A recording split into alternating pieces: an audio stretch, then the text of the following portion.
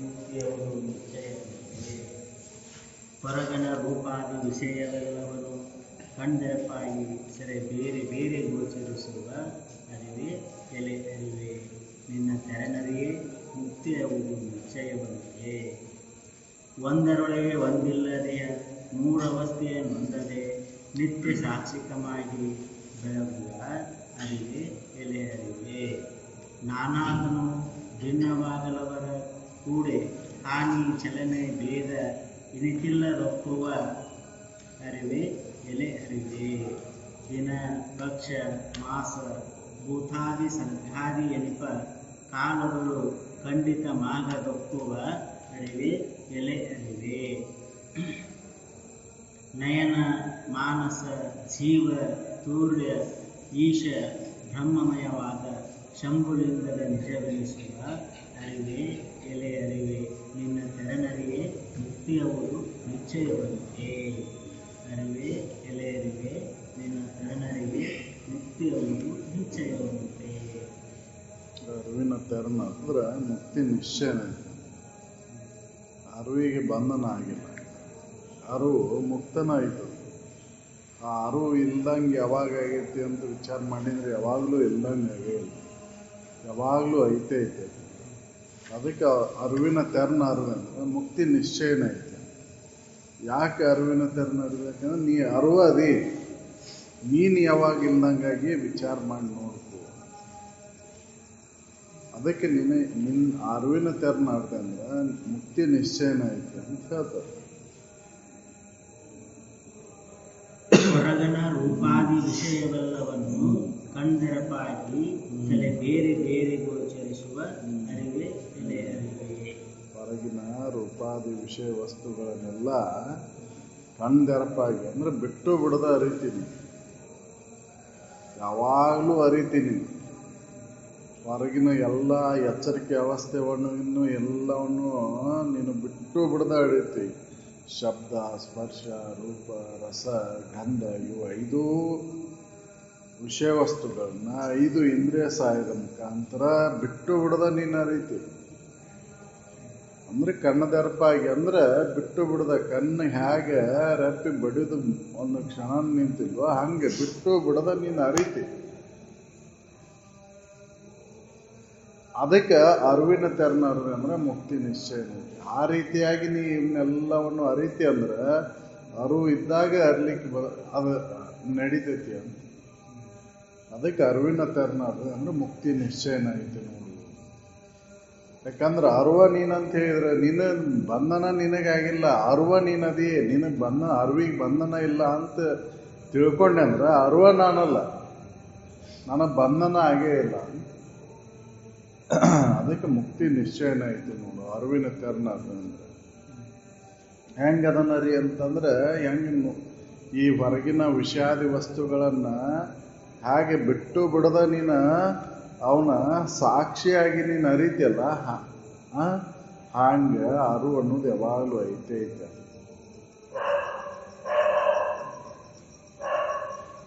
ಒಂದರೊಳಗೆ ಬಂದಿಲ್ಲದೆ ಮೂರವಸ್ಥೆಯನ್ನು ಹೊಂದದೆ ನಿತ್ಯ ಸಾಕ್ಷಿಕವಾಗಿ ಬೆಳಗುತ್ತದೆ. ಒಂದರೊಳಗೆ ಬಂದಿಲ್ಲ ಈ ಅವಸ್ಥೆಗಳು.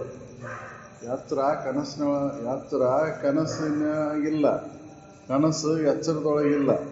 ಇವೆರಡೂ ಎಚ್ಚರ ಕನಸು ಕೂಡ ನಿದ್ರೆ ಒಳಗಿಲ್ಲ. ಇವು ಒಂದರೊಳಗೆ ಬಂದಿಲ್ಲ. ಆದ್ರೆ ನೀನು ಮಾತ್ರ 3 ಅವಸ್ಥೆಗೂ ಸಾಕ್ಷಿಯಾಗಿ ನೀನದಿ. 6 ಐತಿ. 3 ಅವಸ್ಥೆಗೂ ಸಾಕ್ಷಿಯಾಗಿರ್ತಕ್ಕಂಥ ಅರಿವು ಅದು ಇಲ್ದಂಗೆ ಆಗಿಲ್ಲ. ಅದು ಎಚ್ಚರಿಕೆ ಅವಸ್ಥೆ ಒಳಗಿದ್ದು ನಿದ್ರೆ ಒಳಗೆ ಇಲ್ದಂಗೆ ಆಗಿಲ್ಲ. ಆದ್ರೆ ಕನಸಿನೊಳಗೆ ಮತ್ತೆ ಬೇರೆ ರೂಪವನ್ನು ತಾಳಿಲ್ಲ. ಅದು ಇರುವಂಗನ ಐತಿ ಅಂತ. ಈ ರೀತಿಯಾಗಿ ನೀ ಅರಿವಿನ ತೆರನ ಅಂದ್ರೆ ಅದು ಹೆಂಗೈತಿಪ್ಪ ಅಂದ್ರೆ ಸಾಕ್ಷಿಯಾಗೈತಿ. ಹಂಗೆ ನೀ ಎಲ್ಲದಕ್ಕೂ ಸಾಕ್ಷಿಯಾಗಿರ್ತಕ್ಕಂಥ ಅರಿವ ನಾನು ಅಂತ ತಿಳ್ಕೊಂಡೆ ಅಂದ್ರೆ ಬಂಧನ ನಿನಗಿಲ್ಲ, ಮುಕ್ತಿನ ಐತಿ. ನಾನಾತನು ಭಿನ್ನವಾಗಲು ಅವರ ಕೂಡಿ ಹಾನಿ ಚಲನೆ ಭೇದ ವಿನಿತಿಲ್ಲದೊಪ್ಪುವ ಅರಿವೆ. ನಾನಾತನು ಭಿನ್ನವಾದರೂ ಕೂಡ ಅದರೊಳಗೆ ಹಾನಿ ಚಲನೆ ಏನಿದ್ದಿಲ್ಲ, ಬರೋದು ಹೋಗೋದು ಇಲ್ಲ. ತನುಗಳು ಬರ್ತಾವು ಹೊಕ್ಕವು, ಅನೇಕ ತನುಗಳು ತೋರಿದರೂ ಕೂಡ ಅದರೊಳಗೆ ಚೈತನ್ಯ ಅನ್ನೋದು ಬಂದಿನೂ ಇಲ್ಲ ಹೋಗಿನೂ ಇಲ್ಲ. ಹಾಗೆ ಗಡಿಗೆ ತಯಾರಾದಾಗ ಗಡಿಗೆ ಒಳಗೆ ಬಯಲು ಬಂದಿನೂ ಇಲ್ಲ ಹೋಗಿನೂ ಇಲ್ಲದು. ಹಾನಿ ಚಲನೆ ಅದಕ್ಕಿಲ್ಲ. ಅನೇಕ ಗಡಿಗೆ ಕುಡಿಕೆಗಳು ತೋರಿದರೂ ಕೂಡ ಆ ಬಯಲು ಮಾತ್ರ ಇದ್ದಕ್ಕಿದ್ದಂಗನ ಐತಿ. ಬಯಲು ಆ ಗಡಿಗೆ ಒಳಗೆ ಬಂದಿಲ್ಲ, ಗಡಿಗೆ ಒಡೆದ್ರೂ ಹೋಗಿಲ್ಲದು.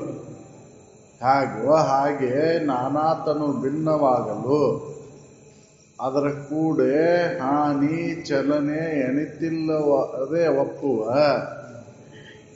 ಒಂದೀಟು ಅದರೊಳಗೆ ಹಾನಿ ಚಲನೆ ಇಲ್ಲ. ಯಾವುದು ಬಂತು ಅದು ಪಕ್ಕೈತಿ, ಯಾವುದು ಹೋಗೈತಿ ಅದು ಬರ್ತೈತಿ.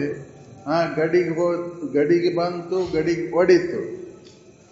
ಆ ಬಯಲು ಬಂದಿನೂ ಇಲ್ಲ ಹೋಗಿನೂ ಇಲ್ಲ. ಆ ರೀತಿಯಾಗಿ ಅರು ಅನ್ನೋದು ಅದು ಬಂದಿನೂ ಇಲ್ಲ, ಅದು ಹೋಗಿನೂ ಇಲ್ಲ. ಅರು ಯಾವಾಗಲೂ ಇರುವಂಥದ್ದು. ಅರುವಿಗೆ ಹಾನಿ ಚಲನೆ ಇನಿತಿಲ್ಲವೆಂದು ಒಪ್ಪುವ. ಅರಿವೆ ಎಲೆ ಅರಿವೆ ನಿನ್ನ ತೆರನರಿಯೇ ಮುಕ್ತಿ ಹೌದು ನಿಶ್ಚಯವಂತೆ. ಅರಿವಿನ ತೆರನ ಅರ್ಧ ಮುಕ್ತಿನ ನಿಶ್ಚಯನ ಐತಿ. ನಾವು ಬೇರೆ ಬೇರೆ ತಿಳ್ಕೊಂತ ಹೋಗ್ತೀವಿ. ಅರಿವನ್ನ ನಾನು ಅಂತ ತಿಳಿದಿಲ್ಲ, ಅದಕ್ಕೆ ಬಂಧನ ನನಗಾಗೈತಿ ಅಂತ ಹೇಳಕತ್ತೀವಿ. ಅರಿವ ನಾನಂತ ತಿಳ್ಕೊಂಡಾಗ ಅದಕ್ಕೆ ಹಾನಿನೂ ಆಗಿಲ್ಲ, ಅದಕ್ಕೆ ಚಲನೆ ಒಲನೆ ಇಲ್ಲ. ಅದು ಬರೋದೂ ಹೋಗುದೂ ಅಲ್ಲ. ಈ ರೀತಿಯಾಗಿ ಅರಿವಿನ ತೆರನರ್ದೇನ ಮುಕ್ತಿ ನಿಶ್ಚಯನ ಐತಿ ಅಂತ ಹೇಳ್ತಾರೆ. ನಾನಾತನು ಭಿನ್ನವಾದರೂ ಕೂಡ ಅರಿವೆ ಏನು ಆಗಿಲ್ಲ ಅದಕ್ಕೆ. ಹೌದಲ್ಲ? ಬಯಲಿಗೆ ಏನು ಬಾಧಕತ್ವ ಹೇಗಾಗಿಲ್ವೋ ಹಾಗೆ ಅರಿವಿಗೆ ಯಾವ ಬಾಧಕತ್ವನೂ ಆಗಿಲ್ಲ. ಬಯಲಿನ ಆಧಾರದ ಮೇಲೆ ಅಸಂಖ್ಯಾತ ರೂಪಗಳು ತೋರ್ತಾವು, ಆಕೃತಿಗಳು ತೋರ್ತಾವು. ಆದ್ರೆ ಬಯಲು ಬಂದಿನೂ ಇಲ್ಲ ಹೋಗಿನೂ ಇಲ್ಲ. ಬಯಲಿಗೆ ಯಾವ ಬಾಧಕತ್ವ ಹೇಗೆ ಬಂದಿಲ್ವೋ ಅದಕ್ಕೆ ಕುಗ್ಗು ಹಿಗ್ಗು ಯಾವುದೂ ಇಲ್ಲ, ಹಿಗ್ಗುವಿಕೆನೂ ಇಲ್ಲ. ಅದು ಬಯಲು ಇಂಬುನೂ ಆಗೋದಿಲ್ಲ, ಅದಕ್ಕೆ ಕಡಿಮೆನೂ ಆಗುವುದಿಲ್ಲ. ಅದು ಇದ್ದಕ್ಕಿದ್ದಂಗೆ ಹೇಗೈತೋ ಹಾಗೆ ಅರು ಅನ್ನೋದು ಇದ್ದಕ್ಕಿದ್ದಂಗೆ ಐತಿ. ಇಲ್ಲಿ ನಾನಾತನುಗಳು ತೋರ್ತಾವೆ, ತೋರಿದ್ರೂ ಕೂಡ ಆ ಬಯಲಿಗೆ ಏನಾಗಿಲ್ಲ. ಹೇಗೋ ಆ ಅರಿವಿಗೆ ಏನೂ ಆಗಿಲ್ಲ. ನಾನಾ ನಮೂನೆಯಾಗಿ ಆಕೃತಿಗಳು ತೋರ್ತಾವಿಲ್ಲಿ. ಗಡಿಗೆ ತೋರ್ತೈತಿ, ಮಡಿಗೆ ತೋರ್ತೈತಿ, ಏನೇನೋ ತೋರ್ತಾವೆ. ತೋರಿದ್ರೂ ಕೂಡ ಆ ಬಯಲಿಗೆ ಏನಾಗಿಲ್ಲ. ಹೌದಲ್ಲ? ಹಾಗೆ ಅರು ಅನ್ನೋದು ಐತಿ ನೋಡು. ಆ ಅರಿವಿನ ತೆರನಂದ್ರೆ ಮುಕ್ತಿ ನಿಶ್ಚಯನ ಐತಿ. ದಿನ ಪಕ್ಷ ಮಾಸಾದಿ ಭೂತಾದಿ ಸರ್ಗಾದಿ ಎನ್ನುವ ಕಾಲದೊಳಗೂ ಖಂಡಿತವಾಗದೊಪ್ಪುವ. ದಿನ ಪಕ್ಷ ಮಾಸ ಕಲ್ಪಾದಿಗಳು ಇವುದ್ರೊಳಗೆ ಖಂಡಿತವಾಗಿಲ್ಲ. ನೀನು ಇವತ್ತಿನ ದಿನದಾಗಿದ್ದು ನಾಳಿದಿಂದಾಗ ಇಲ್ದಂಗೆ ಆಗಿಲ್ಲ, ಅಥವಾ ನಾಡ್ದಿಲ್ದಂಗಾಗಿಲ್ಲ. ದಿನದೊಳಗೂ ಎಲ್ಲ ದಿನದೊಳಗೂ ಓದಿ, ಎಲ್ಲ ಕಾಲದೊಳಗೂ ಓದಿ, ಎಲ್ಲ ಮಾಸದಾಗೂ ಓದಿ, ಎಲ್ಲ ಯುಗದೊಳಗೂ ಓದಿ, ಎಲ್ಲ ಕಲ್ಪದೊಳಗೂ ಓದಿ. ನೀನು ಅರು ಎಲ್ಲದರೊಳಗೂ, ಎಲ್ಲ ಮಾಸದೊಳಗೂ ಐತಿ, ಎಲ್ಲ ದಿನದೊಳಗೂ ಐತಿ, ಎಲ್ಲ ಯುಗದೊಳಗೂ ಐತಿ, ಎಲ್ಲ ಕಲ್ಪದೊಳಗೂ ಐತಿ. ಅದಕ್ಕೆ ಅರಿವಿಗೇನು ಬಾಧಕತ್ವ ಬಂದಿಲ್ಲ, ಅದಕ್ಕೆ ಖಂಡಿತ ಆಗಿಲ್ಲದು. ಹೌದಲ್ಲ? ಈ ದಿನ ಇದ್ದು ನಾಳೆಗೆ ಇಲ್ದಂಗೆ ಆಗಿಲ್ಲದು. ಹೋದ ತಿಂಗಳದಾಗಿದ್ದು ಈ ತಿಂಗಳದಾಗ ಇಲ್ದಂಗೆ ಆಗಿಲ್ಲ. ಹೋದ ವರ್ಷ ಇದ್ದು ಈ ವರ್ಷ ಇಲ್ದಂಗೆ ಆಗಿಲ್ಲ. ಆದ್ರೆ ಅರಿವಿನ ಆಧಾರದ ಮೇಲಿದ್ದ ತೋರಿದಂಥ ತೋರಿಕೆಗಳು ಇವತ್ತಿರ್ಬೋದು, ನಾಳೆಗಿರ್ಲಿಕ್ಕಿಲ್ಲದು. ಈ ಶರೀರ ಇವತ್ತಿರ್ಬೋದು, ನಾಳೆಗಿರ್ಲಿಕ್ಕಿಲ್ಲ. ಆದ್ರೆ ಅರಿವು ಯಾವಾಗಲೂ ಐತಿ. ಅರಿವಿಗೆ ಏನು ಬಾಧಕತ್ವ ಆಗಿಲ್ಲ, ಅದಕ್ಕೆ ಖಂಡಿತತ್ವಕ್ಕೆ ಒಳಪಟ್ಟಿಲ್ಲ. ಈ ಕಾಲದಾಗಿದ್ದು ಇನ್ನೊಂದು ಕಾಲದಾಗ ಇಲ್ದಂಗೆ ಆಗುವ ವಸ್ತು ಅಲ್ಲ. ಈ ರೀತಿಯಾಗಿ ಅರಿವಿನ ತೆರನ ಅರದೆ ಅಂದ್ರೆ ನೀನು ಮುಕ್ತಿಯ ನಿಶ್ಚಯನ ಐತಿ ನೋಡು ಅಂತ. ನಯನ ಮಾನಸ ಜೀವ ಸೂರ್ಯ ಈಶ ಬ್ರಹ್ಮಮಯವಾದ ಶಂಭುಲಿಂಗದ ನಿಜವೆನಿಸುವ ಅರಿವೇ. ಈ ನಯನ ಮಾನಸ ಜೀವ ಸೂರ್ಯ ಈಶ ಬ್ರಹ್ಮಮಯವೆನಿಸುವಂಥ ಇವೆಲ್ಲಕ್ಕೂ ಸಾಕ್ಷಿ ಅದಿ ನೀನು. ಅರು ಅನ್ನೋದು ಸಾಕ್ಷಿ ಐತಿ. ಈ ಕಣ್ಣಿನ ನೋಟ ನೋಡ್ಬೇಕಂದ್ರೆ ಅರಿವು ಆಧಾರ ಐತಿ, ಸಾಕ್ಷಿ ಐತದು. ಮನಸ್ಸಿಗೂ ಸಾಕ್ಷಿ ಐತಿದು. ನಯನ ಮಾನಸ ಸೂರ್ಯ ಈಶ ಬ್ರಹ್ಮಮಯವಾದಂಥ ಇವೆಲ್ಲದಕ್ಕೂ ಆಧಾರ ಐತದು. ಆಧಾರ ವಸ್ತು ಅದು. ಆ ಆಧಾರ ವಸ್ತು ಯಾವಾಗಲೂ ಇರುವಂಥದ್ದು. ಅದು ಇಲ್ದಂಗೆ ಆಗಿಲ್ಲ. ಅದಕ್ಕೆ ಬಂಧನ ಇಲ್ಲ ನೋಡು. ಅದ ಅರಿವು. ಅದು ಅರಿವು ಇದಕ್ಕೆಲ್ಲಕ್ಕೂ ಆಧಾರ ಐತಿ. ನಯನಕ್ಕಿರ್ಬೋದು, ಮನಸ್ಸಿಗಿರ್ಬೋದು, ಸೂರ್ಯಕ್ಕಿರ್ಬೋದು, ಬ್ರಹ್ಮಗಿರ್ಬೋದು, ಈಶನಿಗಿರ್ಬೋದು, ಯಾರಿಗಿದ್ರೂ ಅದು ಆಧಾರ ಐತಿ. ಅರಿವಿನ ಆಧಾರದ ಮೇಲಿದ್ದ ತೋರ್ತಾವ. ಅದು ಹೆಂಗೈತಿ ಅಂದ್ರೆ ಶಂಭುಲಿಂಗ ಸ್ವರೂಪ ಐತಿ ನೋಡು. ಅರ್ವ ನೀನದಿ. ಈ ರೀತಿಯಾಗಿ ತಿಳ್ಕೊಂಡೆ ಅಂದ್ರೆ ನೀನು ಮುಕ್ತಿ ನಿಶ್ಚಯನ ಐತಿ. ನಿನ್ನ ಕಣ್ಣು ಮನಸ್ಸು ಇದನ್ನಂತ ಬೇರೆ ಬೇರೆ ತಿಳ್ಕೊಂತ ಹೊಂಟಿ ಅಂತನ ನಿನ್ನ ಬಂಧನ ಅಂತ ಅನ್ಸಾಗತ್ತೈತಿ. ನಾ ಕಣ್ಣಿಗೂ ಸಾಕ್ಷಿ ಇದ್ದೀನಿ. ಅರಿವು ಅದು ಕಣ್ಣಿಗೂ ಸಾಕ್ಷಿ ಆಗೈತಿ, ಮನಸ್ಸಿಗೂ ಸಾಕ್ಷಿ ಐತಿ, ಸೂರ್ಯನಿಗೂ ಸಾಕ್ಷಿ ಐತಿ, ಬ್ರಹ್ಮನಿಗೂ ಸಾಕ್ಷಿ ಐತಿ, ಈಶ್ವರನಿಗೂ ಸಾಕ್ಷಿ ಐತಿ. ಈ ಎಲ್ಲದಕ್ಕೂ ಸಾಕ್ಷಿಯಾಗಿರ್ತಕ್ಕಂಥ ಅರಿವ ನಾನು ಅದೇನಂತ ತಿಳ್ಕೊಂಡೆ ಅಂದ್ರೆ ಮುಕ್ತಿ ನಿಶ್ಚಯನ ಐತಿ ನೋಡು. ಅದಕ್ಕೆ ಅರಿವಿನ ತೆರನರಿ ಮುಕ್ತಿ ನಿಶ್ಚಯನ ಐತಿ ನೋಡು. ನಾವು ಅರಿವಿನ ತೆರನ ಅರ್ದಿಲ್ಲ, ಬರೀ ಇಂದ್ರಿಯಗಳಿಗೆ ಗೋಚರ ಆಗ್ತಕ್ಕಂಥ ವಿಷಯಾದಿಗಳಿಂದ ಸುಖವನ್ನು ಪಡಿಬೇಕಂತ ಪ್ರಯತ್ನ ಪಟ್ಟು ಈ ದೇಹವನ್ನು ನಾನು ನಂದು ಅಂತ ತಿಳ್ಕೊಂಡು ಇದನ್ನ ತಿಳ್ಕೊಂತ ಹೊಂಟೇವಂತನ ನನ್ನ ಬಂಧನ ಆಗಿದೆ.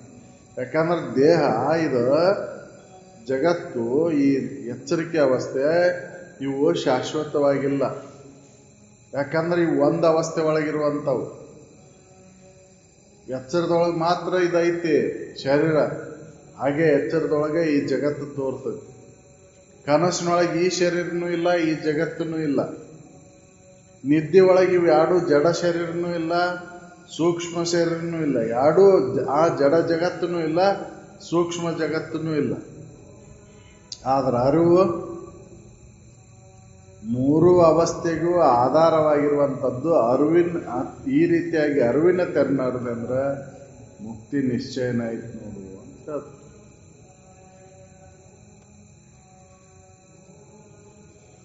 ಅರಿವೇ ತಾನೆಂದು ನಂಬಿ ನಿಂದೊಡೆ ಮುಕ್ತಿ ಬೆಳತಿಲ್ಲ ಎಂಬುದೇ ನಿಗಮ ಮುಕ್ತಿ. ನಿಗಮಗಳು ಹೇಳ್ತಾವು ಅರಿವ ನೀನಂತ ನಂಬಿ ನಿಂತ್ರ ಮುಕ್ತಿ ಐತಿ. ಬೇರೆ ತಿಳ್ಕೊಂಡೆ ಅಂದ್ರೆ ಮುಕ್ತಿ ಇಲ್ಲ. ಅರಿವ ನಾನಂತ ತಿಳ್ಕೊಂಡು ಮುಕ್ತಿ ಐತಿ. ಬೇರೆ ಜಡ ಭಾವದಿಂದ ಜಡತ್ವದಿಂದ ನೀನು ಇದು ಶರೀರ ನಾನಂತ ತಿಳ್ಕೊಂಡು ಬಂಧನ. ಇದನ್ನ ಎಲ್ಲ ನಿಗಮಗಳು ಹೇಳ್ತಾವ. ನಿಗಮಗಳು ಯುಕ್ತಿಗಳು ಹೇಳ್ತಾವ ಇದನ್ನ ಏನಂತ, ಅರಿವ ನೀನಂತ ನಂಬು. ಹೌದಲ್ಲ, ಅರಿವ ನೀನಂತ ತಿಳ್ಕೊಂಡೆ ಅಂದ್ರೆ ಮುಕ್ತಿ ನಿಶ್ಚಯನ ಐತಿ. ಪರತಿಲ್ಲ, ಅದ್ರ ಹೊರತಾಗಿ ಬೇರೆ ಇನ್ನೊಂದಿಲ್ಲ ಅಂತ. ಅರಿವಿನ ಹೊರತಾಗಿ ಇನ್ನೊಂದು ಏನೂ ಇಲ್ಲ. ಪರತಿಲ್ಲ ಎಂಬುದೇ ನಿಗಮಗಳ ಉಕ್ತಿ. ಅರಿವ ನೀನದಿ ಅಂತ ನಂಬು. ಅರಿವಿನ ಹೊರತಾಗಿ ಇನ್ನೊಂದು ಯಾವುದೂ ಇಲ್ಲ. ಅರಿವ ಸತ್ಯ ಐತಿ ಅಂತ ನಂಬು. ಆ ಅರಿವ ನಾನದೇನಂತ ನಂಬಿ ನಿನ್ನ ಮುಕ್ತಿ ನಿಶ್ಚಯನ ಐತಿ ನೋಡು ಅಂತ ನಿಗಮಗಳು ಹೇಳ್ತಾವೆ.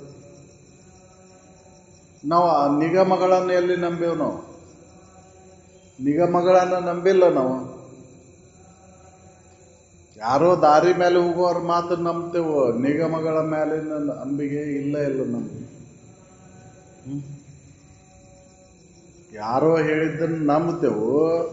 ಅನುಭವಗಳು, ಜ್ಞಾನಿಗಳು, ಉತ್ತಮರು ಹೇಳಿದಂಥ ಮಾತನ್ನು ನಂಬುದಲ್ಲ ನಾವು. ಅದಕ್ಕೆ ನಮ್ಮ ಮುಕ್ತಿ ಅನ್ನೋದು ಇಲ್ಲಂಗೆ ಆಗೈತಿ, ಬಂಧನಕ್ಕೀಡಾಗ್ಯವ ನಾವು. ಯಾಕೆ ಬಂಧನದ ಕಾರ್ಯ ಒಳಗೆ ತೊಡಗಿಸುವಂಥ ಮಾತನ್ನು ನಂಬ್ತೇವಂತನ ನಮಗೆ ಬಂಧನ. ಅದಕ್ಕೆ ಅವ್ರು ಹೇಳ್ತಾರ, ನಿಗಮಗಳನ್ನು ಹೇಳಿದಂಥ ಯುಕ್ತಿಗಳನ್ನು ನಂಬು, ಅದರ ಅರಿವಿನ ಹೊರತಾಗಿ ಇನ್ನೊಂದು ಏನೂ ಇಲ್ಲ ಅಂತ ನಿಗಮಗಳು ಹೇಳ್ತಾವ. ಅದನ್ನ ಹೆಂಗೆ ನಂಬಬೇಕಾಗೈತಿ ತಿಳ್ಕೊ ನೋಡು ಅಂತ ಹೇಳ್ತಾರ. ಪರಚಿಂತೆ ಹೇಳಿದು ಅಂತ. ತನು ಇಂದ್ರಿಯಾದಿ ಅಸಂಗವನ್ನು ಬಿಟ್ಟು ಅದನ್ನ ಹೆಂಗ್ ತಿಳ್ಕೊ, ನೋಡ್ಕೋ ಇದನ್ನ. ತನು ಇಂದ್ರಿಯ ಹಸು ವರ್ಗಗಳನ್ನ ಬಿಟ್ಟು ಮನ ಬುದ್ಧಿ ಹಂತೇನ ಸುಟ್ಟು. ಹೌದಲ್ಲ, ಮನ ಬುದ್ಧಿ ಈ ವ್ಯವಹಾರಗಳನ್ನ ಕೈ ಬಿಟ್ಟು ನೋಡು. ಈ ತನು ಹೆಂಗೈತಿ, ಮನಸ್ಸಂದ್ರೇನು, ಮನಸ್ಸು ಹೆಂಗೈತಿ ಅಂತ ತಿಳಿದು ನೋಡ್ಕೋ. ಈ ತನು ಹೆಂಗೈತಿ ಅಂತ ವಿಚಾರ ಮಾಡಿ ನೋಡ್ಕೋ. ಈ ತನು 3 ಅವಸ್ಥೆಗಳಿಗೈತೋ ಏನು ಒಂದ ಅವಸ್ಥೆ ಒಳಗೈತೋ ವಿಚಾರ ಮಾಡಿ ನೋಡ್ಕೋ. ಇದು ಶಾಶ್ವತವಾಗಿ ಐತೋ ಏನ ಖಂಡಿತವಾಗೈತೋ ವಿಚಾರ ಮಾಡಿ ನೋಡ್ಕೋ. ಹೌದಲ್ಲ, ಯಾಕಂದ್ರೆ ಒಂದು ಗಳಿಗೆ ಒಳಗಿದ್ದಂಥ ಶರೀರ ಮತ್ತೊಂದು ಗಳಿಗೆ ಒಳಗಿಲ್ಲ. ಮುಂಜಾಲಿದ್ದಂಗ ಮಧ್ಯಾಹ್ನದಾಗಿಲ್ಲ ಈ ಶರೀರ, ಮಧ್ಯಾಹ್ನದಾಗಿದ್ದಂಗೆ ಸಾಯಂಕಾಲ ಇಲ್ಲ, ನಿನ್ನಿದ್ದಂಗೆ ಇವತ್ತಿಲ್ಲ, ಇವತ್ತಿದ್ದಂಗೆ ನಾಳೆಗೆ ಇರಲಾರ್ದಿದು, ಬದಲಾವಣೆ ಹೊಂದುವಂಥದ್ದಿದು. ಹೌದಲ್ಲ, ವಿಚಾರ ಮಾಡಿ ನೋಡಿದ್ರೆ ಪಳಿತೈತದ. ಅದಕ್ಕೆ ತನು ಇಂದ್ರಿಯ ಹಸುವರ್ಗಗಳನ್ನು ಬಿಟ್ಟು, ತನು ಇಂದ್ರಿಯದಿಂದ ನೋಡಿ ನೀನು ಇಂದ್ರಿಯಗಳ ಏನು ವಿಷಯ ಸಂಪರ್ಕ ಮಾಡಿ ಸುಖವನ್ನು ಹೊಂದಬೇಕಂತ ಹೊಂಟಿಯಲ್ಲ, ಒಂದು ಇಂದ್ರಿಯ ಸುಖ ಇನ್ನೊಂದು ಇಂದ್ರಿಯಕ್ಕೆ ಬೇಕಾಗುವುದಿಲ್ಲ. ಹೌದಲ್ಲ, ಒಂದು ಇಂದ್ರಿಯದ ಸುಖ ಇನ್ನೊಂದು ಇಂದ್ರಿಯಕ್ಕೆ ಇಲ್ಲದ. ಕಣ್ಣಿನ ರೂಪ ನೋಡುವ ಹೊತ್ನ್ಯಾಗ ಕಿವಿ ಶಬ್ದ ಗೋಚರಿಸುವುದಿಲ್ಲ. ಹೌದಲ್ಲ, ಕಣ್ಣು ಕಿವಿ ಮೂಗು ನಾಲಿಗೆ ಮುಖಾಂತರ ನಾವು ಏನು ತಿಳಿಬೇಕಂತ ಹೊಂಟೇವಲ್ಲ, ಇವು ಯಾವುವು ಕೂಡ ಸತ್ಯವಾಗಿಲ್ಲ. ಅದಕ್ಕೆ ತನು ಇಂದ್ರಿಯ ಹಸುವರ್ಗಗಳನ್ನು ಬಿಟ್ಟು ಪ್ರಾಣವಾಯು ಅದನ್ನು ಬಿಡು, ಮನ ಬುದ್ಧಿ ಹಂತೇನ ಸುಟ್ಟು ಮನಸ್ಸು ಬುದ್ಧಿ ಅಹಂಕಾರಗಳನ್ನು ಬಿಟ್ಟು ನೋಡ್ಕೋ.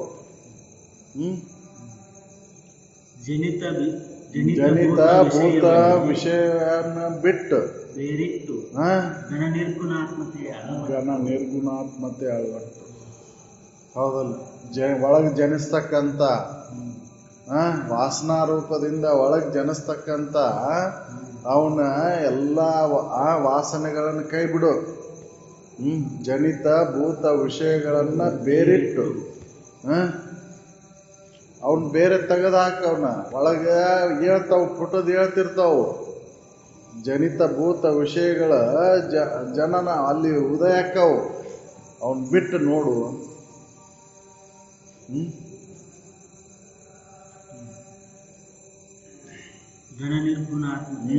ಗಣ ನಿರ್ಗುಣಾತ್ಮಕತೆ ಅಳವಡ್ಬೇಕಲ್ರಿ. ಎಲ್ಲಿವರೆಗೂ ಆ ಘನವಾಗಿರುವಂಥ ನಿರ್ಗುಣವಾದ ಎಲ್ಲಿವರೆಗೂ ಅಳವಡೋದಿಲ್ಲೋ ಅಲ್ಲಿವರೆಗೂ ಬಂಧನ ಇರುದ, ಅರ್ವನಾನ ಅಂತ ಖಾತ್ರಿ ಆಗುವುದಿಲ್ಲ. ಅದಕ್ಕೆ ಅವ್ರು ಹೇಳಿದ್ದು ಘನ ನಿರ್ಗುಣಾತ್ಮತೆ ಅಳವಟ್ಟಾಗ ಅವಾಗ ಅರ್ವನಾನ ಅಂತ ತಿಳ್ಕೊಳಕ್ ಬರ್ತದೆ. ಈ ರೀತಿ ಈ ಕ್ರಮದಿಂದ ಅರ್ವ ನೀನಂತ ನಂಬಿ ನಿಲ್ಲ, ಬರತ್ತಿಲ್ಲ, ಅದ್ರ ಹೊರತಾಗಿ ಬೇರೆ ಇನ್ನೊಂದಿಲ್ಲ ಅನ್ನೋದು ಅವಾಗ ಖಾತ್ರಿ ಆಗುತ್ತೆ. ಈ ಇಂದ್ರಿಯಗಳು ಹಸುವರ್ಗಗಳನ್ನು ಬಿಡದ ಹೊರತು ಅದು ಅನುಭವಕ್ಕೆ ಬರೋದಿಲ್ಲ. ಇಂದ್ರಿಯ ಒಳಗಿನ ಹಸು ವರ್ಗಗಳ ಅವನು ಬಿಡಲ್ಲ ಹೊರತು ಅದು ಅನುಭವಕ್ಕೆ ಬರೋದಿಲ್ಲ. ವಿಕೃತಿ ರೂಪ ವಿಶ್ವ ವಿಷಯ ವಿಕಾರ ಉಳ್ಳತಕ್ಕಂಥ ವಿಶ್ವ ವಿಷಯಗಳನ್ನೆಲ್ಲ ತೋರ್ಬೇಕಲ್ಲ. ಇವೆಲ್ಲವು ಹೆಂಗೆ ತಿಳ್ಕೋಬೇಕು? ವಿಕಾರ ಉಳ್ಳಂಥವು ವಿಶ್ವ ವಿಷಯ ವಸ್ತುಗಳು ಇವು ಹೆಂಗದಾವು ಅಂದ್ರೆ ಕಸದ ಸಮಾನ ಅದಾವು. ಇವೆಲ್ಲವು ಹೆಂಗದಾವು ಅಂದ್ರೆ ಹೊಟ್ಟಿನ ಸಮಾನ ಅಂತ ತಿಳ್ಕೊಬೇಕಲ್ಲ. ಈ ವಿಶ್ವ ಮೊದಲು ಮಾಡಿಕೊಂಡು ಏನು ವಿಷಯ ವಸ್ತುಗಳದಾವಲ್ಲ ಇವೆಲ್ಲವೂ ಹೊಟ್ಟಿನ ಸಮ ಅಂತ ತಿಳ್ಕೊಂಡು ಕೈ ಬಿಡ್ಬೇಕಲ್ಲ. ಇದ್ರ ಮೇಲೆ ನಮ್ಮ ಮೋಹನ ಕಸ ಅಂತ ತಿಳ್ಕೊಂಡಾಗ ಅದನ್ನ ಮೇಲೆ ಮೋಹ ಆಕೈತಿ. ಅದಕ್ಕೆ ಅವ್ರು ಹೇಳ್ತಾರ ವಿಷಯ ವಸ್ತುಗಳನ್ನೆಲ್ಲ ದೂರಿ ಪ್ರಕೃತಿ ಮಾಯೆಗಳನ್ನು ಮೀರಿ ಮೀರಿ ನಿಲ್ಲಬೇಕಲ್ಲ. ಈ ಮಾಯನ್ನು ಮೀರಿ ನಿಲ್ಲಬೇಕಲ್ಲ. ಮಾಯಾ ಏನ್ ಮಾಡ್ತೈತಿ, ಅದು ಸದ್ವಸ್ತು ಇಲ್ಲಲ್ಲೇ ಆದ್ರೂ ಇದ್ದಂಗೆ ತೋರಿಸ್ತೈತಿ. ಅದು ಹೌದಲ್ಲ, ಅದನ್ನು ಮೀರಿ ನಿಲ್ಲಬೇಕಲ್ಲ. ಇಲ್ಲದನ್ನ ಇದ್ದಂಗೆ ತೋರಿಸೋದ ಮಾಯಾ. ಅದನ್ನು ಮೀರಿ ನಿಲ್ಬೇಕು. ಮಾಯಾ ಬಿಡುವಂತ ಅದನ್ನ ಕೈ ಬಿಡಬೇಕಲ್ಲ.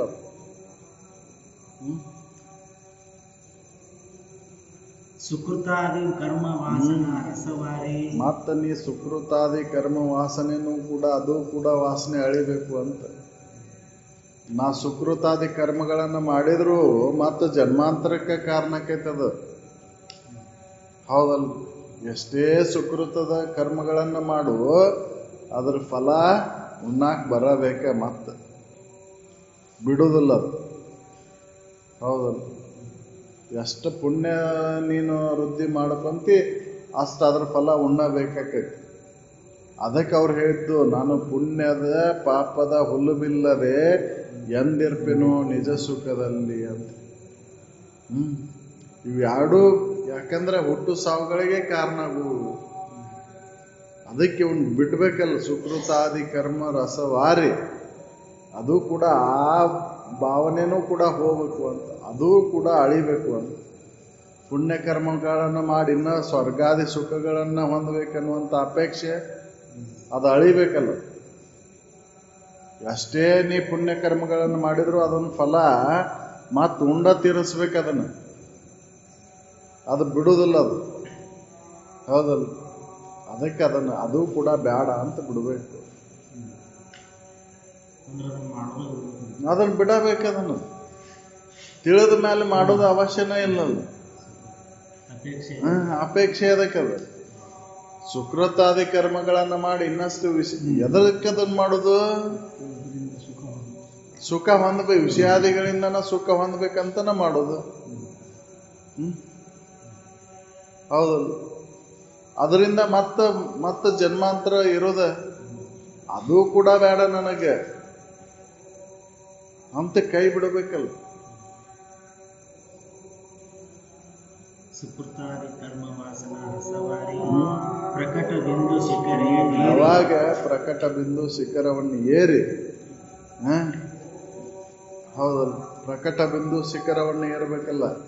ಅತ್ಯಂತ ಉತ್ತುಂಗತ ಸ್ಥಿತಿ ಅದನ್ನು ಮುಟ್ಟಬೇಕು.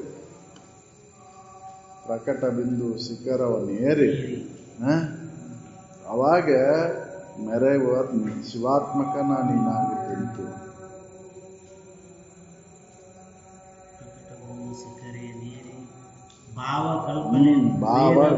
ಮತ್ತಲ್ಲೇ ಭಾವನೂ ಅಳಿಬೇಕು, ಕಲ್ಪನೆನೂ ಅಳಿಬೇಕು.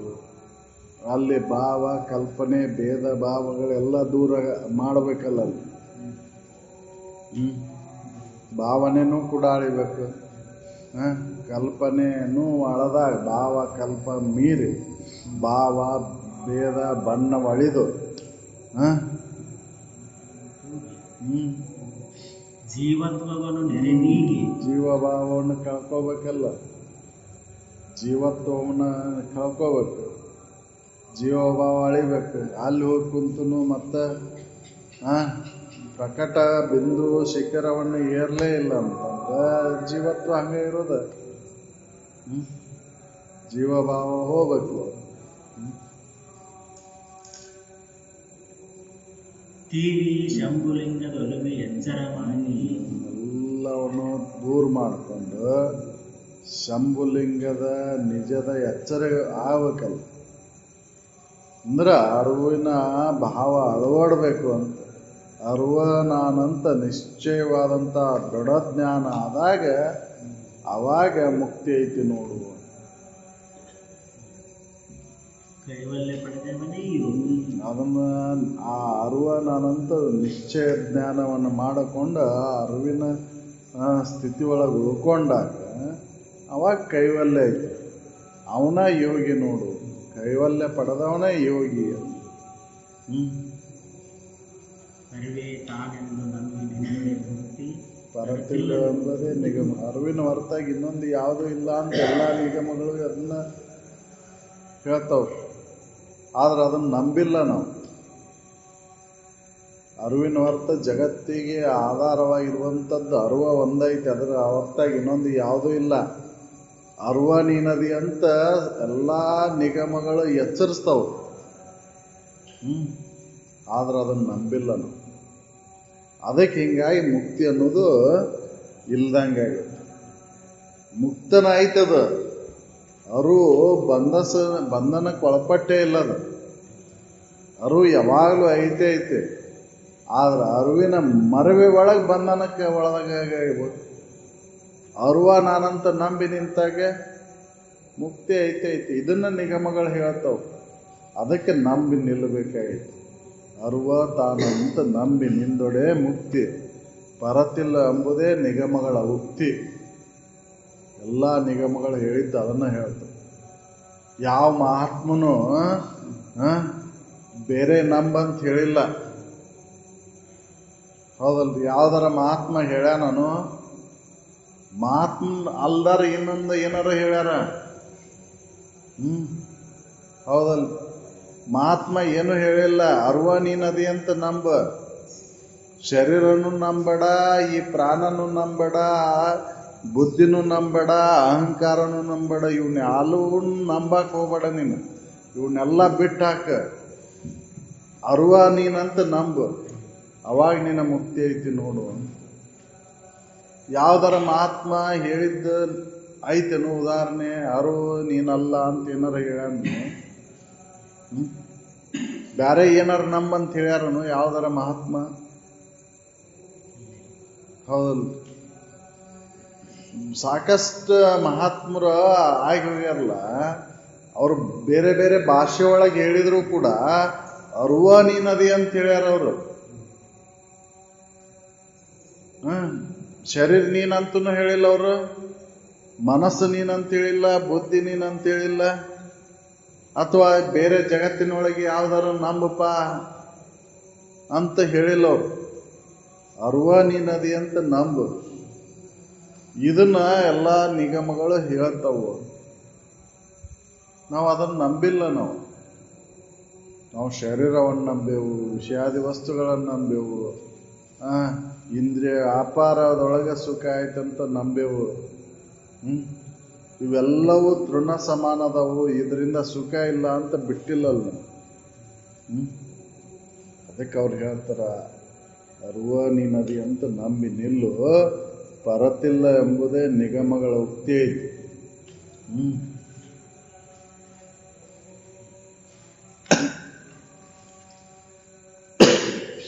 ಆವ ಪುಣ್ಯದ ಫಲವಿದೆ ಎಂದು ಹುಡುಹಿಡಿಯಲಾಗುವುದು. ಜೀವ ಭಾವವನ್ನು ನುಡಿದ ನಿಜ ನಿಷ್ಠೆ. ಯಾವಾಗ ಕೈವಲ್ಯವನ್ನು ಪಡಿತಿ, ಯೋಗಿ ನೀನಾಗಿ ಉಳಿತಿ, ಅದು ಅವಾಗ ಅವ ಹೇಳ್ತಾನ. ಇದನ್ನು ಕೈವಲ್ಯ ಪಡೆದವ ಅವ ಅಂತಾನ, ನನಗೆ ಯಾವ ಜನ್ಮದ ಪುಣ್ಯದ ಫಲ ಇತ್ತೋ ಏನೋ,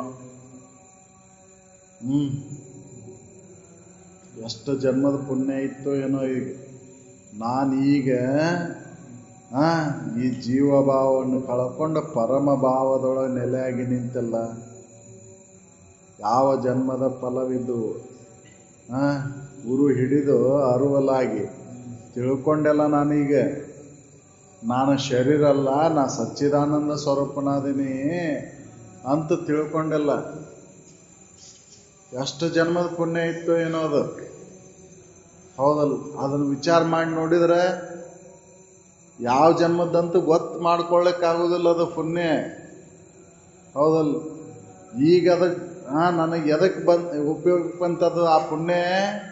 ನನ್ನ ನಿಜವನ್ನು ಅರಿಲಿಕ್ಕೆ ಅದು ಪುಣ್ಯ ಉಪಯೋಗಕ್ಕೆ ಬಂತು.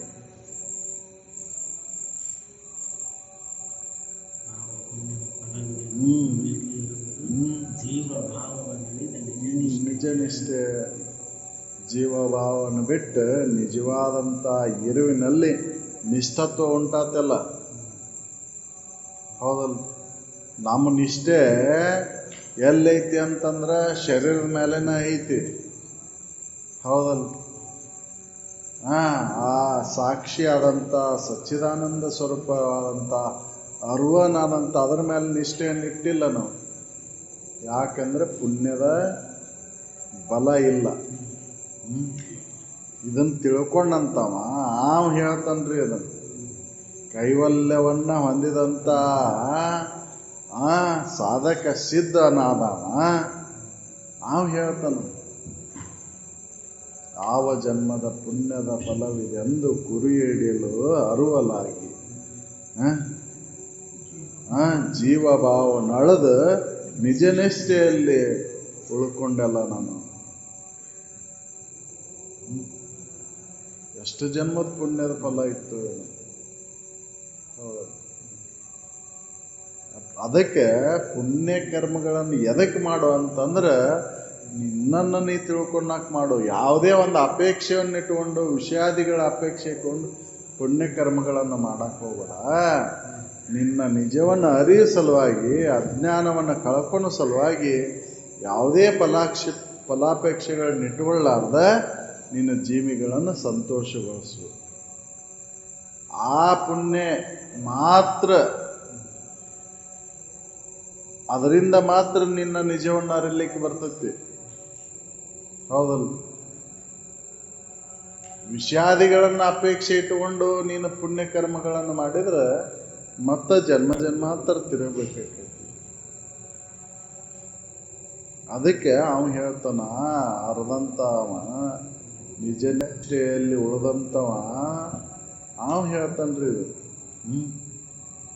ಯಾವ ಜನ್ಮದಿತ್ತು ಇನ್ನು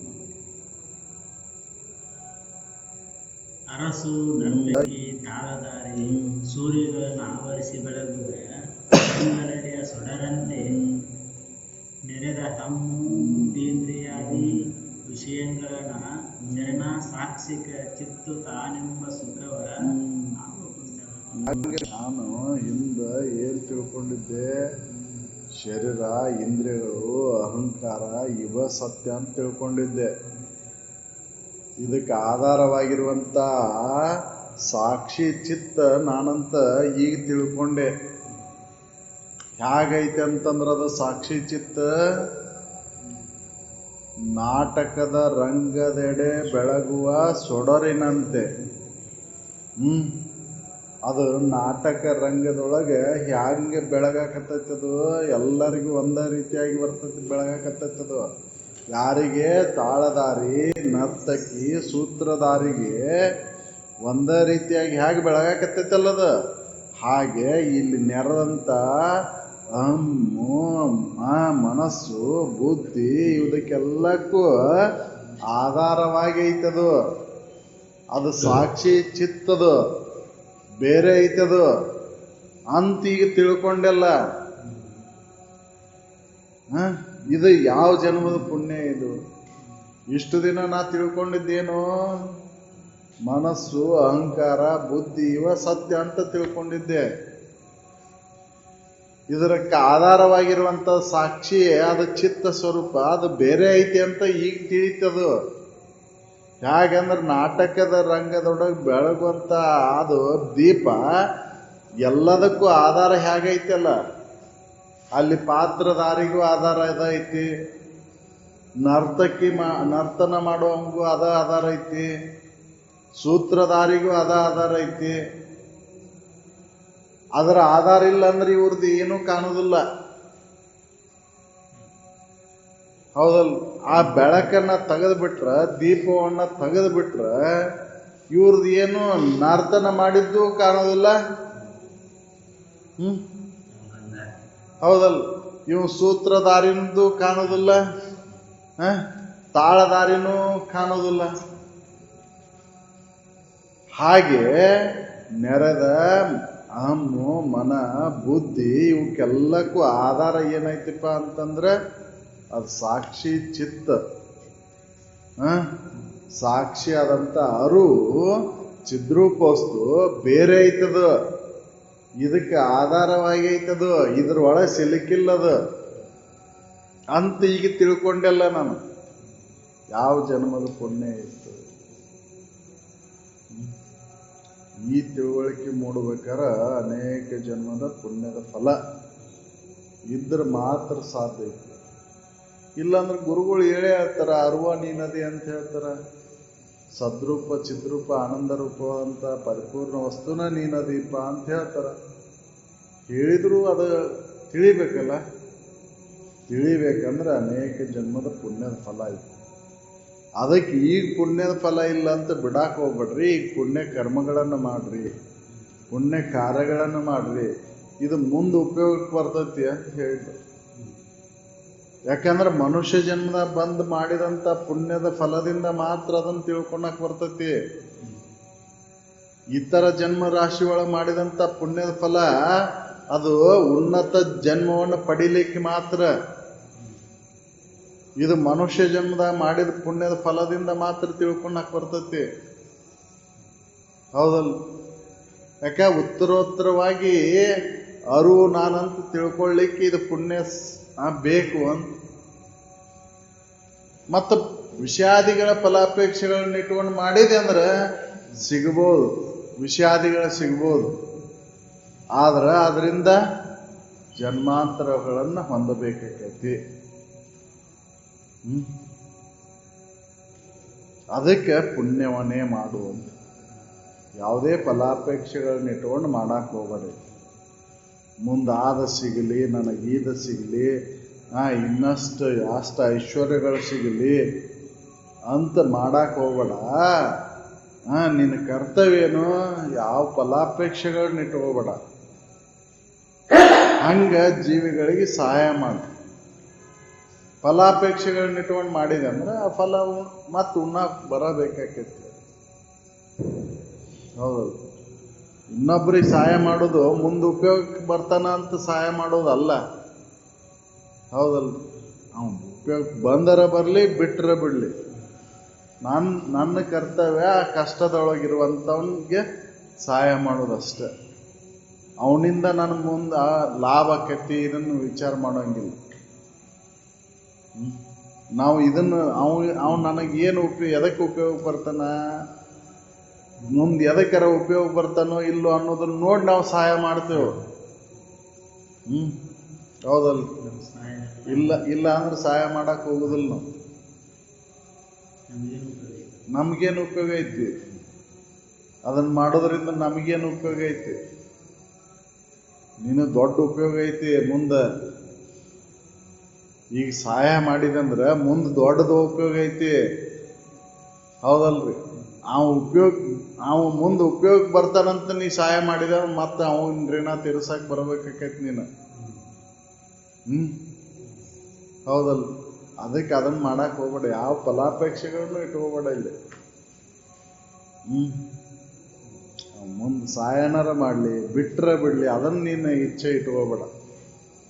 ನಿನ್ನ ಕರ್ತವ್ಯ ಏನಿಲ್ಲ, ಮನುಷ್ಯ ಜನ್ಮದಾಗ ಬಂದಮೇಲೆ ಎಲ್ಲ ಜೀವಿಗಳನ್ನು ನಿನ್ನಂತೆ ಅಂತ ಕಂಡು ಯಾವ ಜೀವಿಗೂ ಕೂಡ ನೋವನ್ನು ಉಂಟು ಮಾಡಬೇಡ.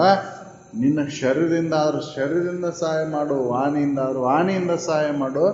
ಮನಸ್ಸಿನಿಂದ ಮಾಡ್ತಕ್ಕಂಥದ್ದಂತೂ ಅತ್ಯಂತ ಶ್ರೇಷ್ಠವಾದಂಥದ್ದು. ಅದಕ್ಕೆ ಮನಸ್ಸಿನೊಳಗೆ ಯಾವ ದುರ್ಗುಣಗಳನ್ನು ಇಟ್ಕೋಬೇಡ. ನೀನು ದುರ್ವಿಕೃತಿಗಳನ್ನು ತಳಿಬೇಡ ಅಲ್ಲಿ ಮನಸ್ಸಿನೊಳಗೆ. ಎಲ್ಲರಿಗೂ ಒಳ್ಳೇದಾಗಲಿ ಅಂತ ಬರ್ತದೆ. ಸರ್ವೇ ಜನ ಸುಖಿನೋ ಭವಂತು. ಫಲಾಪೇಕ್ಷದ ಸಹಾಯ ಮಾಡಿದ್ರು ಮತ್ತೆ ಸರ್ ಕ್ರಮೇಣ ಮುಂದೆ ಫಲಾಪೇಕ್ಷೆ ಆಸೆ ಹೋಗ್ತದೆ. ಅದು ಮತ್ತೆ ಹಂಗೆ ಅಲ್ರಿ, ನಾವು ಎಷ್ಟೆಷ್ಟು ಫಲಗಳನ್ನ ಇಚ್ಛೆ ಮಾಡ್ಕೊಂತ ಹೋಗ್ತೇವೆ ಅಷ್ಟಷ್ಟು ಅದು ಆಸೆ ವೃದ್ಧಿ ಹಾಕುವಂತಾನೆ ಹೋಗ್ತೈತದು. ಸಹಾಯ ಮಾಡತ್ತ ಫಲ ಅಪೇಕ್ಷೆ ಇರೋದ್ರ ಕರ್ತವ್ಯ ಮಾಡಿರ್ತೇವೆ, ಮುಂದೆ ಅವರಿಂದ ಮತ್ತೆ ಆಸೆ ಉಂಟಾಗುತ್ತೆ ಫಲಾಪೇಕ್ಷೆ. ಮತ್ತ ಅದು ಒಳಗೆ ಸೂಕ್ಷ್ಮವಾಗಿ ಐತಿಲ್ರಿ, ಅದು ಒಳಗೆ ಅದು ವಾಸನಾ ರೂಪದಿಂದ ಬೀಜ ರೂಪದಿಂದ ಐತದ. ಈಗ ಮಾಡ್ಬೇಕಾರೆ ಅನ್ಸೋದಿಲ್ಲ. ನಾನು ಏನಾರ ಅವನಿಂದ ಕೇಳಿದಾಗ ನಾನು ಅವ್ನಿಗೆ ಇಷ್ಟು ಸಹಾಯ ಮಾಡಿದ್ದೆ, ನನಗೀಗ ಎದಕ್ಕೂ ಉಪಯೋಗ ಬರ್ಲಿಲ್ಲಲ್ಲ, ನಾನೇ ಯಾಕೆ ಮಾಡಬೇಕು? ಹಂಗ್ ವಿಚಾರ ಅವ್ನು ಮಾಡಲ್ಲ ಬಿಡೋಲ್ಲ, ನನ್ನ ಕರ್ತವ್ಯ ಅಷ್ಟೇ. ಈಗ ಅವನಿಂದ ಮುಂದೆ ನಾನು ನಿರೀಕ್ಷೆ ಮಾಡೋಂಗಿಲ್ಲ. ನಾನು ಅವನನ್ನು ಕೇಳಿದಾಗ ಅವ್ನು ಕೊಡಲಿಲ್ಲ ಅಂದ್ರೆ ನನ್ನ ಪ್ರಾರಬ್ಧ ಇರ್ತದ. ಅವಾಗ ಹಿಂದೆ ನಾನು ಸಹಾಯ ಮಾಡಿದ್ದು ನನ್ನ ಸ್ಮರಣೆ ಮಾಡ್ಕೊಂಡಂಗಿಲ್ಲ ಅವಾಗ. ಹೌದಲ್ಲ, ಅದನ್ನ ನಾ ಮಾಡ್ಕೊಂಡಂಗಿಲ್ಲ. ನಾ ಮಾಡಿದ್ದೆ, ಈಗ ನೋಡಿ ನಾ ಕೇಳಿದ್ರೆ ಇವ್ ಕೊಡವಲ್ಲಲ್ಲ. ಅವನಿಗೆ ಹಿಂದೆ ನಾನು ಅವನಿಂದ ಕಡ ತಗೊಂಡಿದ್ದೆ, ಅದಕ್ಕೆ ಅವ ಈಗ ಕೊಟ್ಟಿದ್ದೆ. ಮುಟ್ತದ ಅಲ್ಲಿಗೆ. ಈಗ ಮತ್ತೆ ಕೇಳಿ ನಾನು ಯಾಕೆ ಇದನ್ನು ಮಾಡ್ಬೇಕು, ಮತ್ತೆ ಅವನ ಋಣದಾಗ ನಾನು ಯಾಕೆ ಬೀಳ್ಬೇಕು ಅಂತ ಅವಾಗ ಈ ರೀತಿಯಾಗಿ ಉದಾಸೀನ ಭಾವವನ್ನು ತಾಳ್ಬೇಕು. ಅವನಿಂದ ಏನೂ ಫಲಾಪೇಕ್ಷೆಗಳನ್ನು ಮಾಡಂಗಿಲ್ಲ. ಹೌದಲ್ಲ, ನಾವು ಅದನ್ನು ಮಾಡ್ತೇವ. ನಾವು ಯಾರಿಗಾರ ಏನಾರ ಸಹಾಯ ಮಾಡಿರ್ತೇವೆ, ಅಕಸ್ಮಾತ್ ನಮಗೇನಾರು ತೊಂದರೆಗಳು ಬಂದ ನಾವು ಕೇಳಾಕ್ ಹೋದಿವಿ ಅಂದ್ರೆ ಅವ್ರು ಏನೂ ಮಾಡಲಿಲ್ಲ ಅಂದ್ರೆ ನೋಡಿ, ಇಷ್ಟೆಲ್ಲ ನಾ ಮಾಡಿದ್ದೆ, ನನಗೇನೂ ಮಾಡಲಿಲ್ಲ ನೋಡಿ ಇವರು. ಇದನ್ನ ಈ ವಿಚಾರ ಮಾಡಬಾರ್ದು. ಪ್ರಾರಬ್ಧಿತ್ತು ಬಿಡಪ್ಪ ಅದು. ಅವನದಿಂದ ಋಣ ಉಂಡಿದ್ದೆ, ಅದಕ್ಕೆ ಈಗ ತೀರಿಸಿದ್ದೆ. ಈಗ ಯಾಕೆ ಮತ್ತೆ ಅವನ ಋಣದಾಗ ಬೀಳೋದು ನಾನು ಅಂತ ನಾವು ಅವಾಗ ಉದಾಸೀನ ಆಗ್ಬೇಕು. ಹೌದಲ್ಲ, ನಾವು ಮತ್ತೆ ಆ ಋಣದಾಗ ಬೀಳ್ಬೇಕಾಕತಿ, ಮತ್ತೆ ಕಡ ತೀರ್ಸಕ್ ಬರಬೇಕಲ್ಲ. ಮತ್ತೆ ಮತ್ತೆ ಆ ಕಡ ತೀರ್ಸಿದ್ ಹಿಂದಿನ ಜನ್ಮದಂದು ಈಗ ತೀರ್ಸಿದ್ದೆ, ಈಗ ಮತ್ತೆ ಕಡ ಕೇಳ್ದಂಗೆ ಆತಲ್ಲ. ಅದನ್ನ ಮತ್ತೆ ಮುಂದಿನ ಜನ್ಮಕ್ಕೆ ಮತ್ತೆ ಬರಬೇಕಾಗತ್ತೆ. ಅದಕ್ಕೆ ನಿನ್ನ ಕೈಲಾದ ಮಟ್ಟಿಗೆ ಇನ್ನೊಬ್ಬರಿಗೆ ಸಹಾಯ ಮಾಡು. ಆದ್ರೆ ಇನ್ನೊಬ್ಬರಿಂದ ನಿನಗೆ ಸಹಾಯ ಆಗಲಿ ಅಂತ ನಿರೀಕ್ಷಣೆ ಮಾಡಕ್ ಹೋಗ್ಬೇಡ. ಹೌದಲ್ಲ, ಇದನ್ನ ಶ್ರುತಿ ಹೇಳ್ತತಿ. ನಿಷ್ಕಾಮ ಕರ್ಮ ಅಂದ್ರೆ ಇದು. ಯಾವ ಅಭಿಲಾಷೆಯನ್ನು ಇಟ್ಟುಕೊಳ್ಳಾರ್ದ, ಯಾವ ಇಚ್ಛೆಯನ್ನು ಇಟ್ಟುಕೊಳ್ಳಾರ್ದ ನೀನು ಪುಣ್ಯ ಕರ್ಮಗಳನ್ನು ಮಾಡು, ಒಳ್ಳೇದನ್ನ ಮಾಡು. ಅದರಿಂದ ನಿನಗೆ ಏನಾಗುತ್ತ ಅಂದ್ರೆ ಅಂತಃಕರಣ ಸ್ವಚ್ಛ ಆಗುತ್ತೆ. ಅಂತಃಕರಣ ಸ್ವಚ್ಛ ಆತ ಅಂದ್ರೆ ನಿನ್ನ ನಿಜವನ್ನು ಅರಿಲಿಕ್ಕೆ ಬರ್ತೈತಿ ಅಂತ ಅದನ್ನು ಶ್ರುತಿ ಹೇಳ್ತದೆ. ಈ ರೀತಿಯಾಗಿ ಅವನು ಪುಣ್ಯದ ಬಲದಿಂದ ತಿಳ್ಕೊಂಡಂತವ ಕೈವಲ್ಯವನ್ನು ಹೊಂದಿದಂತ ಹೇಳ್ತಾನ್ರಿ. ಯಾವ ಜನ್ಮದ ಪುಣ್ಯದ ಫಲ ಇತ್ತು ಏನೋ, ಗುರು ಹಿಡಿದು ಅರುವಲಾಗಿ ಜೀವಭಾವವನ್ನು ಕಳೆದು ನಿಜ ನಿಷ್ಠೆಯಲ್ಲಿ ಉಳ್ಕೊಂಡೆಲ್ಲ ನಾನು. ಯಾವ ಜನ್ಮದ ಪುಣ್ಯ ಇತ್ತು ಏನು. ಹೌದಲ್ಲ, ನನಗೆ ಯಾವ ಜನ್ಮದ ಪುಣ್ಯ ಏನೋ ಏನು. ಹೌದಲ್ಲ, ಈಗ ಇಂಥ ಒಂದು ಸಂಘ ಸಿಕ್ಕೈತಲ್ಲ, ಇಂಥ ಒಂದು ವಿಚಾರದೊಳನ ಅದೇನಲ್ಲ, ಯಾವ ಜನ್ಮದ ಪುಣ್ಯ ಇತ್ತು ಏನು.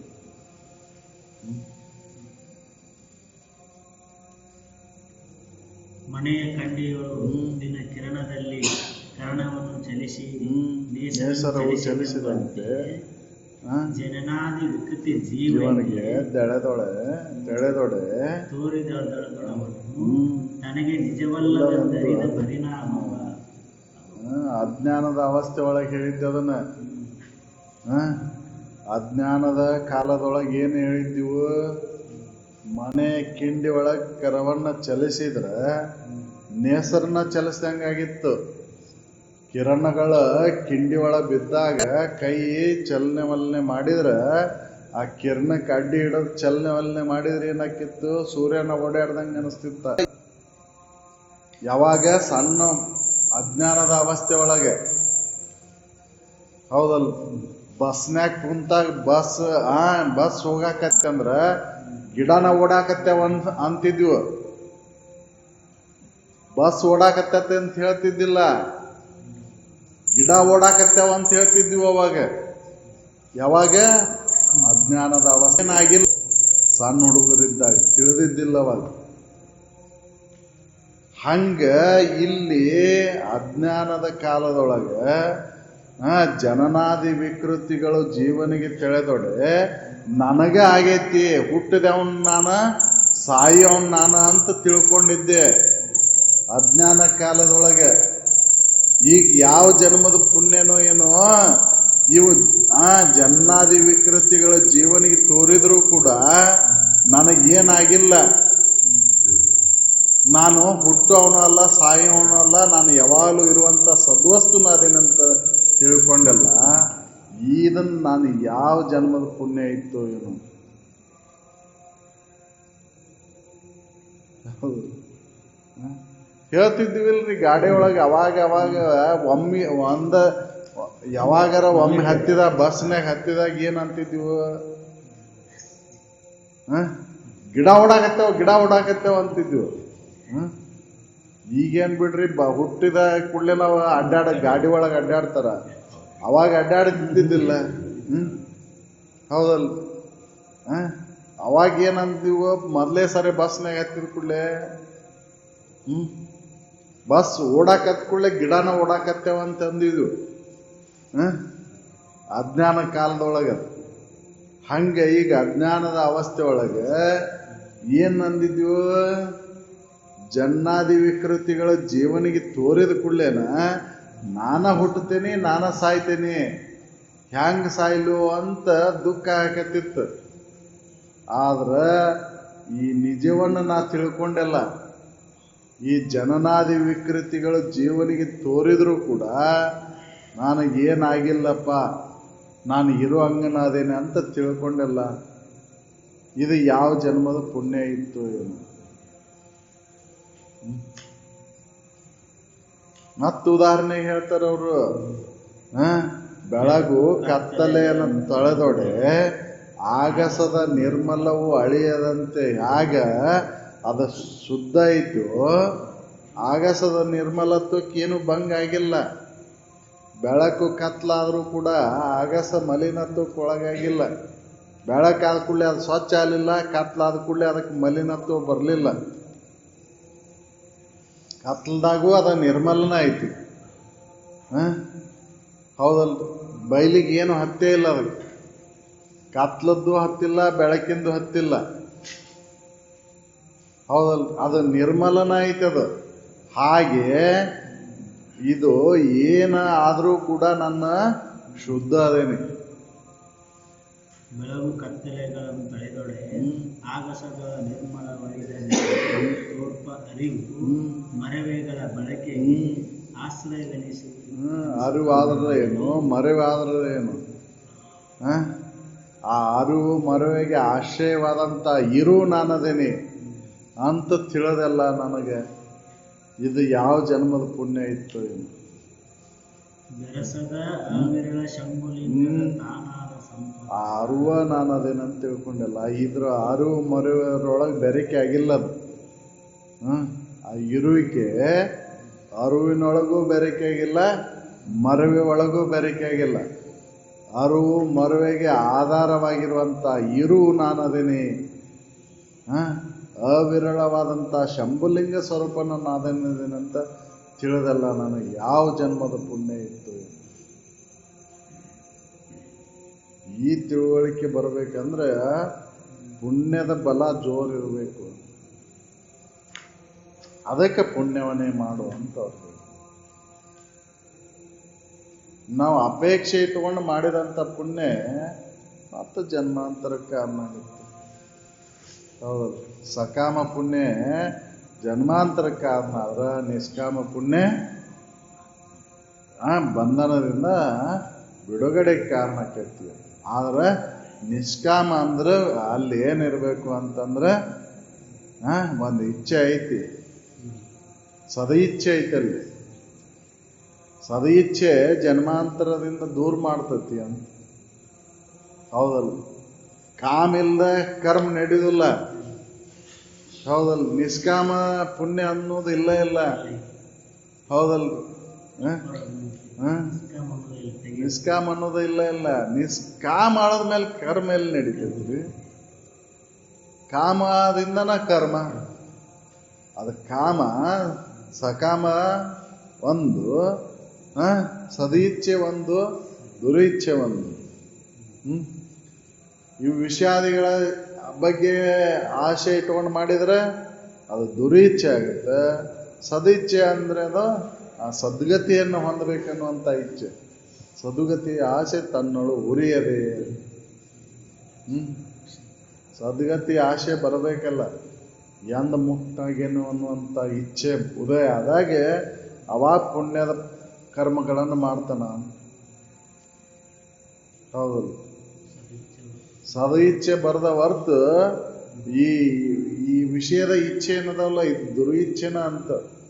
ಜನ್ಮಾಂತ ಅದು ಏನಾಗುತ್ತೆ ಅಂದ್ರೆ ಸಿಕ್ಕಾಗ ಒಂದಾಗತ್ತೆ, ಸಿಗಲ್ದಾಗ ಒಂದು ಮಾಡಕ್ ಹಚ್ತೈತಿ. ಹೌದಲ್ಲ? ಇಚ್ಛೆ ಇಟ್ಕೊಂಡು ಮಾಡಿದೀವಿ ಅಂದ್ರೆ ಅದು ಸಿಕ್ಕರೆ ಒಂದು ಮಾಡ್ತೇವೆ, ಸಿಗಲ್ದಾಗ ಒಂದು ಮಾಡ್ತೇವೆ ನಾವು. ಅಲ್ಲಿ ಪಾಪ ಪುಣ್ಯಗಳು ನಡೀತಾವಲ್ಲಿ. ಹೌದಲ್ಲ?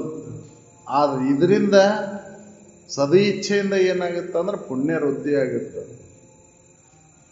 ಯಾವ ಅಪೇಕ್ಷೆನೂ ಇಲ್ಲಲ್ಲಿ, ವಿಷಯಾದಿ ಅಪೇಕ್ಷೆ ಇಲ್ಲ.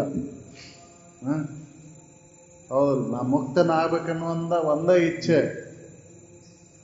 ಅದರಿಂದ ಅಂತಃಕರಣ ಶುದ್ಧಿ ಆಗುತ್ತೆ. ಆ ಅಂತಃಕರಣ ಶುದ್ಧಿ ಒಳಗೆ ನನ್ನ ನಿಜವನ್ನು ನಾನು ನೋಡ್ಲಿಕ್ಕೆ ಬರ್ತೈತಿ. ಅಂತಃಕರಣ ಶುದ್ಧಿಗಾಗಿ ಮಾಡ್ತೀವಿ. ಅಂತಃಕರಣ ಶುದ್ಧಿಗಾಗಿ ಯಾವ ಫಲಾಪೇಕ್ಷೆಗಳನ್ನ ಇರಬಾರ್ದು ಅಂತ. ಫಲಾಪೇಕ್ಷೆಗಳ ಇಚ್ಛೆಯನ್ನು ಇಟ್ಕೊಂಡು ಮಾಡಿದ್ರೆ ಆ ಫಲಾಪೇಕ್ಷೆಗಳ ಅನುಸಾರವಾಗಿ ವಿಷಯ ವಸ್ತುಗಳು ದೊರಕ್ತವು. ದೊರಕಿದಾಗ ಅದನ್ನು ಉಣ್ಣಾಕ ಬರಬೇಕಲ್ಲ ಮತ್ತೆ ಜನ್ಮಾಂತರಗಳನ್ನ ಹೊಂದಬೇಕಾಗುತ್ತೆ. ಇದು ಸದೈಚ್ಛೆ ಏನು ಮಾಡ್ತೈತಿ ಅಂದ್ರೆ ಅಂತಃಕರಣ ಶುದ್ಧಿ ಮಾಡ್ತೈತಿ. ಅಂತಃಕರಣ ದೋಷಗಳನ್ನು ದೂರ ಮಾಡ್ತೈತಿ. ಅಂತಃಕರಣ ದೋಷಗಳು ದೂರ ಆದಾಗ ಅಲ್ಲೇ ಅರುವ ನಾನದಿನಿ ಅನ್ನೋದು ಖಾತ್ರಿ ಆಗುತ್ತೆ. ಈ ಪುಣ್ಯದ ಫಲ ಯಾವಾಗಿಂದು ಏನು ಅಂತ ಹೇಳ್ತಾನೆ ನಾವು. ಆ ಅರುವ ನಾನದನಿ ಅಂತ ತಿಳ್ಕೊಂಡಂತ ಸಾಧಕ ಅವ ಸಿದ್ಧನಾದ ಮೇಲೆ ಅವ ಉದ್ಗಾರ ತೆಗಿತಾನ, ನನಗೆ ಯಾವ ಜನ್ಮದ ಪುಣ್ಯ ಇತ್ತು ಏನೋಪ್ಪ, ಇದು ನನಗೆ ತಿಳಿದಲ್ಲ. ನಾನು ಅರುವ ನಾನದೇನಂತ ತಿಳಿದಿಲ್ಲ, ಸಾಕ್ಷಿನ ನಾನದೇನಂತ ತಿಳಿದಿಲ್ಲ, ಆಧಾರ ವಸ್ತುನ ನಾನದೇನಂತ ತಿಳಿದಿಲ್ಲ. ಯಾವ ಜನ್ಮದ ಪುಣ್ಯ ಇತ್ತು? ಪುಣ್ಯದ ಫಲಗಳನ್ನು ಕುರುಹಿಡಿಯುವುದು ಜೀವ ಭಾವಗಳ ನಡೆದ ನಿಜ ಸಕಲ